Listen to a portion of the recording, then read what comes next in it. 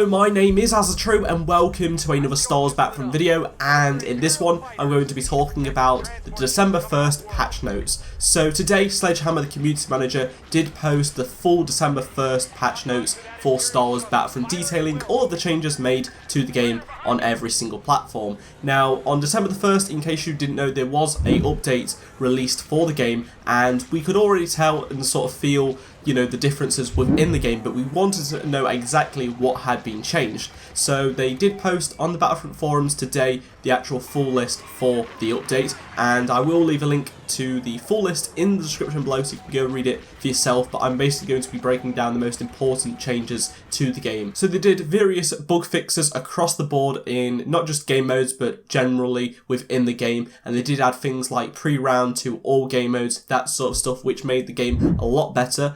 The major talking points I think are definitely about the weapon, the gadgets and the star card tweaks, but also things like Walker Assault has been tweaked. So on the Outpost beta map, they have removed the AT-AT player control for the final uplink, so a player cannot access the AT-AT in the final uplinks, which will make things a lot more balanced. And for the same map, Outpost beta, they've removed TIE interceptors for Imperials on the final uplinks as well, which will make it a little bit fairer.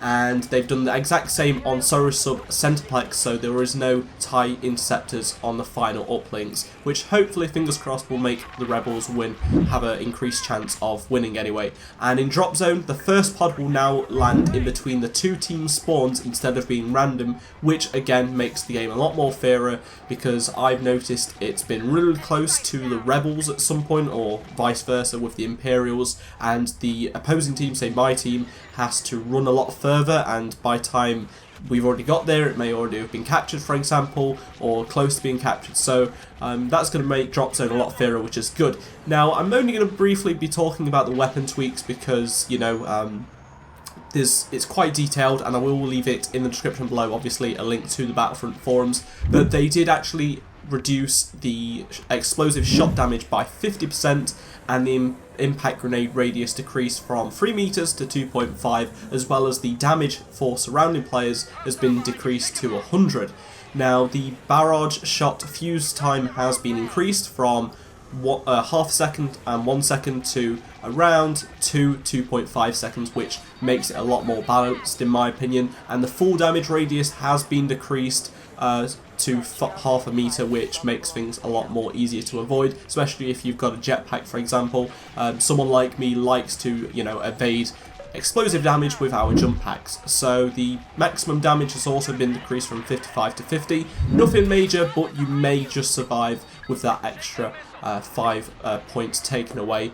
And the impact damage has been tweaked from 100 to 90, so you have a lot better chance of surviving. And the homing shot range has been tweaked from 200 to 160, which makes that a lot more fair. I've not died so much from a homing shot recently. I've managed to survive it, and you know, it's same with the barrage shot as well. So they've done a really good job, I must say. There is still improvements that need to be made within this game, definitely in terms of a little bit of balancing issues and probably just bugs across the board, but I am confident DICE are going to do that in the next update. But thank you for watching. If you did enjoy it, be sure to give it a like rating and check out any of the 2 videos on screen if you missed them, and I shall see you all in my next Star Wars Battlefront video. Goodbye.